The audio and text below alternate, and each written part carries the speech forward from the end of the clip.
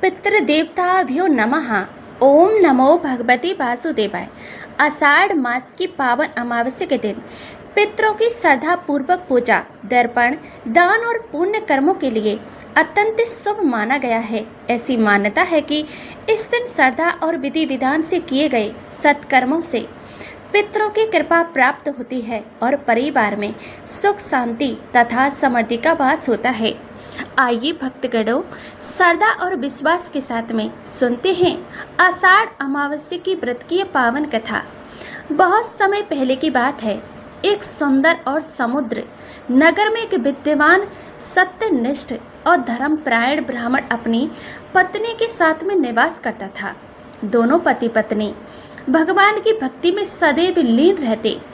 प्रतिदिन प्रातः काल स्नान करके देव पूजन करते, अतिथियों का आदर सत्कार करते, भूखे और निर्धनों को यथाशक्ति भोजन कराते तथा अपने जीवन को धर्म और सेवा के मार्ग पर चलाने का प्रयास करते थे।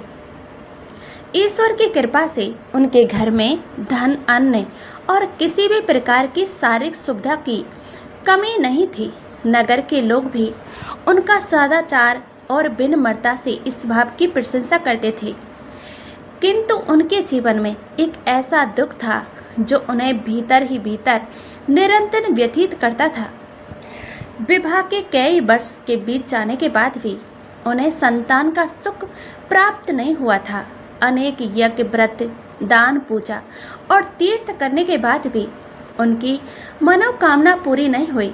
जब भी वे किसी परिवार में बच्चों की हंसी खुशी देखते तो उनका हृदय भर जाता। ब्राह्मण की पत्नी भगवान से प्रार्थना करते हुए कई बार भावुक हो जाती और कहती, हे प्रभु, यदि हमने कोई भूल की है तो हमें क्षमा करें और हमें भी संतान का सुख का आशीर्वाद प्रदान करें। ब्राह्मण भी अपनी पत्नी को धैर्य बंधाते हुए कहते, ईश्वर जो करते हैं हमारे कल्याण के लिए करते हैं। हमें धैर्य और विश्वास नहीं छोड़ना चाहिए। एक न एक दिन अवश्य प्रभु हमारी पुकार जरूर सुनेंगे। समय बीतता गया लेकिन उनकी स्थिति वैसी की बनी रही। अतंत दोनों ने निश्चय किया कि अब भी अधिक से अधिक तीर्थों की यात्रा करेंगे और संत महात्माओं का आशीर्वाद प्राप्त करेंगे। शायद किसी महान संत के मार्गदर्शन से उनके जीवन का ये दुख दूर हो जाए। एक शुभ दिन भगवान का स्मरण करके घर से तीर्थ यात्रा के लिए निकल पड़े। अनेक मंदिरों में दर्शन किए, ऋषि मुनियों का आशीर्वाद लिया और कई पवित्र स्थानों की यात्रा करते हुए आगे बढ़ते रहे। यात्रा लंबी थी लेकिन उनके मन में केवल एक ही आशा थी कि भगवान का अवश्य उनकी प्रार्थना स्वीकार करेंगे। कई दिनों की यात्रा के बाद में वे एक शांत और घने वन में पहुंचे। वहाँ चारों ओर हरियाली थी, पंछियों का मधुर कलरव वातावरण और भी पवित्र बना रहा था। उसी वन के मध्य एक विशाल के पीपल के वृक्ष के नीचे एक तेजस्वी महात्मा गहन ध्यान में लीन बैठे थे। उनके मुखमंडल पर अद्भुत तेज, अपार शांति झलक रही थी। ब्राह्मण दमयंती ने विनम्रता पूर्वक आगे बढ़कर महात्मा को प्रणाम किया और कुछ ही दूर पर हाथ जोड़कर खड़े हो गए। थोड़ी देर के बाद में जब महात्मा ने अपनी आंखें खोली तो उन्होंने स्नेहपूर्वक दोनों को अपने समीप बैठने का संकेत दिया। महात्मा जी ने उनके उदास चेहरे देखकर प्रेम से पूछा, बसंत, तुम दोनों के मुख पर गहरी चिंता दिखाई दे रही है। बताओ, किस कारण से तुम्हारा मन इतना व्याकुल है? निष्कोच अपनी बात कहो। महात्मा के मधुर वचन सुनकर ब्राह्मण की आंखें नम हो गई। उनके हाथ जोड़कर अत्यंत विनम्रता से कहा, गुरुदेव, भगवान की कृपा से हमें किसी वस्तु की कमी नहीं है। हमने सदैव धर्म का पालन किया है और यथाशक्ति दान पुण्य भी किया है। फिर भी हमारे जीवन में एक ऐसा अभाव है जिसने हमारी सारी खुशियाँ छीन ली हैं। विवाह के इतने वर्षों के बाद भी हमें संतान सुख प्राप्त नहीं हुआ है। अनेक उपाय करने के बाद भी कोई फल नहीं मिला। अब आपकी शरण में आए हैं, कृपया करके ऐसा मार्ग बताइए जिससे हमारे जीवन का ये दुख दूर हो सके। ब्राह्मण की बात सुनकर महात्मा कुछ क्षण के लिए शांत रहे, अपनी आंखें बंद करके कुछ सोचने लगे। उन्होंने अपनी ध्यान मगन दृष्टि बंद की, मानो दिव्य चेतन के द्वार उनके जीवन का कारण जान रहे हों। कुछ देर के बाद उन्होंने अपनी आंखें खोली और गंभीर किंतु करुणामय स्वर में कहा। महात्मा जी ने शांत स्वर में कहा, बसंत, संसार में बिना कारण कोई भी सुख या दुख प्राप्त नहीं होता है।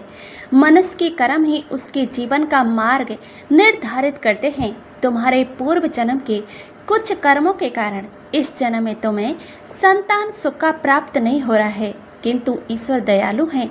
सच्चे मन से किया गया प्रायश्चित, भक्ति और सत्कर्म मनुष्य के जीवन में सुपरिवर्तन ला सकते हैं। ब्राह्मण दमयंती ने विनम्रता से पूछा, गुरुदेव, कृपया हमें ये उपाय बताइए जिसे करने से हमारे पितृ प्रसन्न हों और हमारे जीवन का ये दुख दूर हो जाए।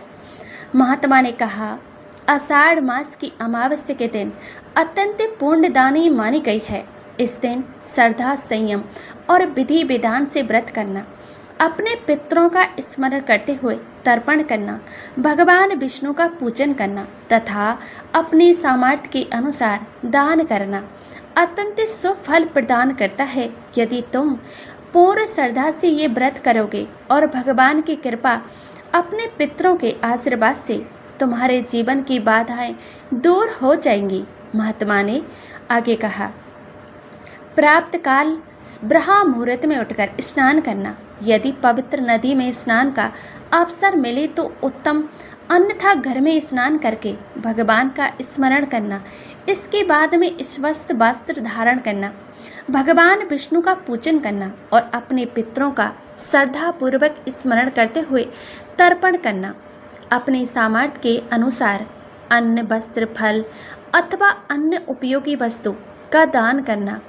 यदि घर में समीप पीपल का वृक्ष हो तो श्रद्धा पूर्वक जल अर्पित करना। उसके समीप दीपक जलाकर भगवान से परिवार के कल्याण की प्रार्थना करना। सबसे महत्वपूर्ण बात यह है कि इस दिन मन, वचन और कर्म से किसी का अपमान न करना, असत्य न बोलना और यथासंभव सेवा तथा सदाचार का पालन करना। महात्मा का उद्देश्य सुनकर ब्राह्मण दमयंती के मन में नई आशा का संचार हुआ। उन्होंने श्रद्धा पूर्वक महात्मा के चरण में स्पर्श करते हुए उनके बताए अनुसार आषाढ़ अमावस्या के व्रत का संकल्प लिया।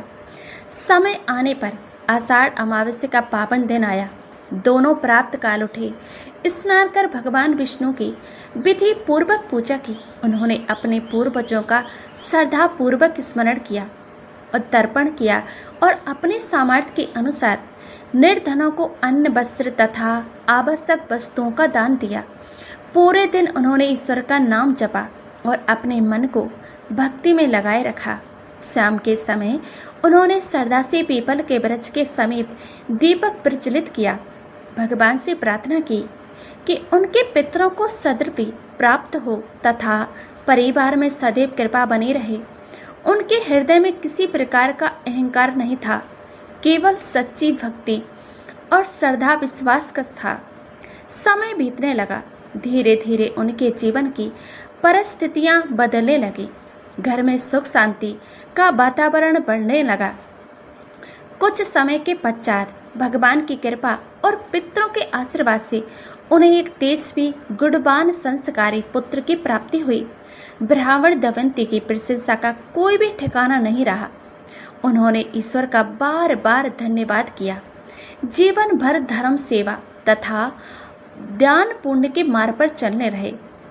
कहा जाता है कि जो श्रद्धालु आषाढ़ अमावस्या के दिन श्रद्धा पूर्वक भगवान का स्मरण करता है, अपने पितरों के प्रति कृतज्ञता व्यक्त करता है, अपनी सामर्थ्य के अनुसार दान करता है और सदाचार का पालन करता है, उसके जीवन में सुख शांति शुभता संचार होता है।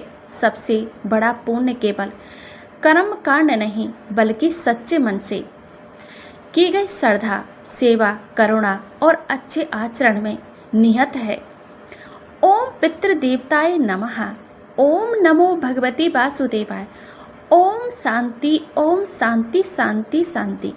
यदि आपको आषाढ़ अमावस्या की ये पावन कथा श्रद्धा पूर्वक सुनना अच्छा लगा हो तो भगवान विष्णु अपने पूज्य पितरों का स्मरण करते हुए कमेंट में ओम पितृदेवतो नमः अवश्य लिखें। भगवान आपके परिवार पर अपनी कृपा बनाए रखें, अपने के पितरों को सदी प्रदान करें और आपके जीवन में सुख शांति तथा समृद्धि का वास हो।